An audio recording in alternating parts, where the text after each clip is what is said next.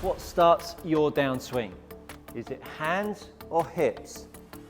I'm going to tell you exactly what you should be doing. A question I often get asked, whether it's on my Skillist lessons or in-person lessons, what starts my downswing? Do I turn my hips first or do I pull the handle? A lot of golfers have been desensitized in the way they would feel about moving weight around their body. What I mean by desensitized is that they've been educated in a manner that they've got on board with because of what they see with golfers on the TV.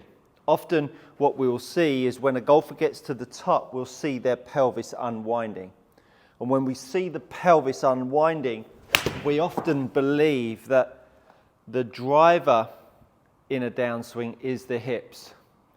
Then we get Ben Hogan. If you're a Hogan fan, you'll then get him in a video saying that he just turns his hips to shallow the golf club. So we've got the best players in the world when you slow their golf swings down with the hips turning first. Then we've got Ben Hogan, one of the greatest swingers of the golf club in various opinions, saying, I just turn my hips. And then all of a sudden we get the amateur golfer that goes out onto the range, turns his hips super hard, and then he gets the shanks and massive slices. So what are we missing? Well, first of all, when you think about the chain of command from the feet are the first thing that will activate first in a downswing, purely because that is the traction of your downswing. That is the traction of movement. If you were to lift yourself up into the air, and as you're in the air, someone shouts to you, rotate, you wouldn't be able to do it because you've got nothing to push off of. So when you are swinging a golf club, at the point that you move that golf club away, to create energy in that club, there will be activity with your feet of some kind, some level, because you need some energy to get things moving.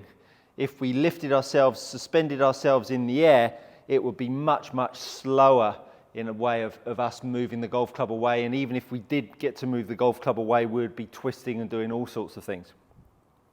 So understand then that when we get to the top of the backswing and we start to see a golf club moving down, it is inevitable that we will see hip action starting first, some sort of leg action starting first.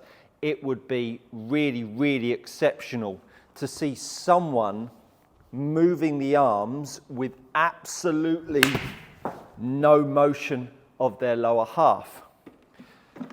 But that's not to say that the golfer is not feeling that the handle is pulling as hard as the lower half is moving.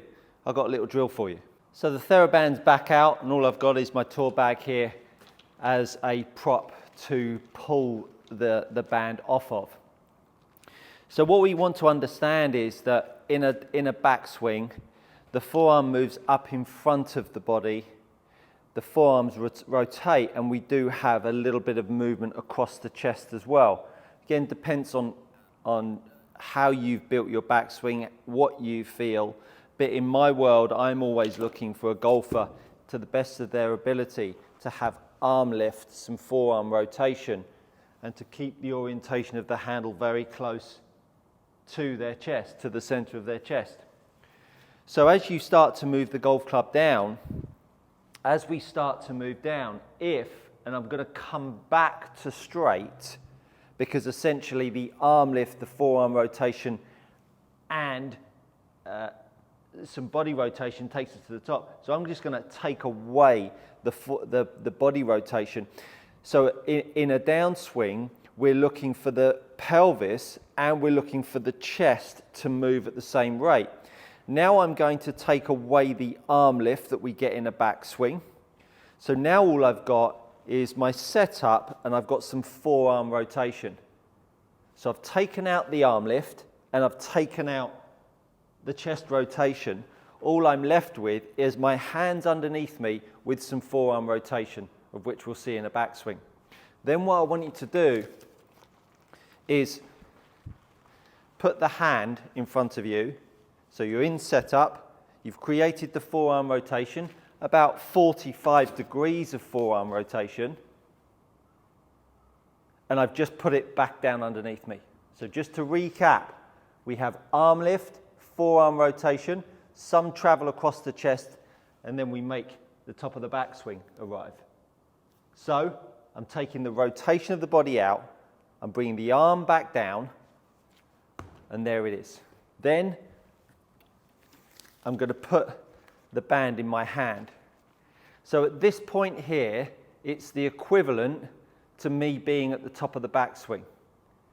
Now, how quickly you move your lower half will dictate how quickly your chest then starts to unravel, which will then dictate if you don't move your arm at the same rate, you'll then start to get a bigger differential between the rotation of your trunk and the arm getting left behind.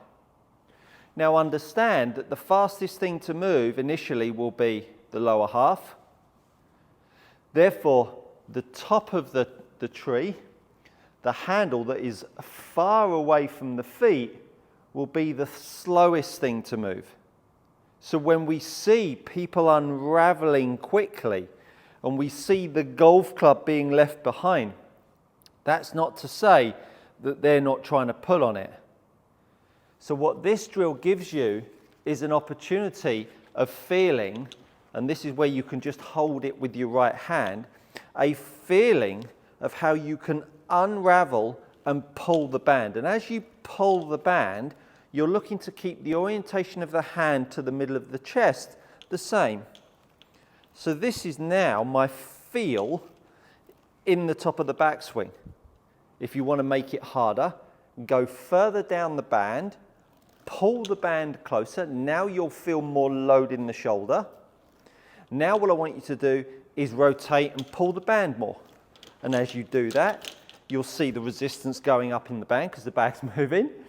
But also you'll start to feel how much more you've got to pull on the band. The minute you don't pull on the band, can you see how the arm gets left behind?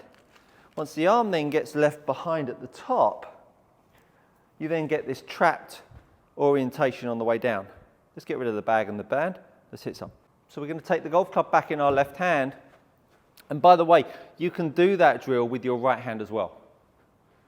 Slightly harder because you're going to have to cross your hands over and start pulling it. So my advice, get the band tight to a railing and pull it from there. It was just for the sake of being out on the range and being able to do this stuff. If you're out in the US, you'll have bag stands on the range. If you're in the UK on a range, you'll have some sort of stanchion that you can tie it to. So now, excuse me, so now all of a sudden, there's the forearm rotation that I've got.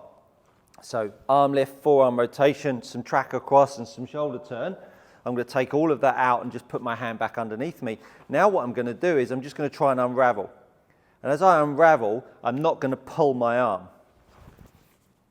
Now if you're looking at this face on in slow motion, which hopefully my edit has come out nicely, you'll see how the arm gets left behind. Now what I'm going to do is I'm going to pull the arm and unravel. Now when you see me pulling the arm and unraveling, and I'm doing this in slow motion, you'll now see that my body still moves quickly, but my arm's got some activation. So that sensation is exactly what I'm trying to feel at the top. I'm trying to feel some lower half activation, and I'm trying to feel some handle pull so that down at the bottom, I start to get it all matched up. So when we think about, do I start with hip turn first, or do I start with handle first? Absolutely neither of the above. We always go to the top. We always understand that the energy coming through the feet and the pull of the handle and energy through the feet will start to get us all matched up down at the bottom. Then when you start putting that all the way through with a golf shot, you'll start to feel that in change of direction, you'll start to feel the hands and the arms start to harmonize.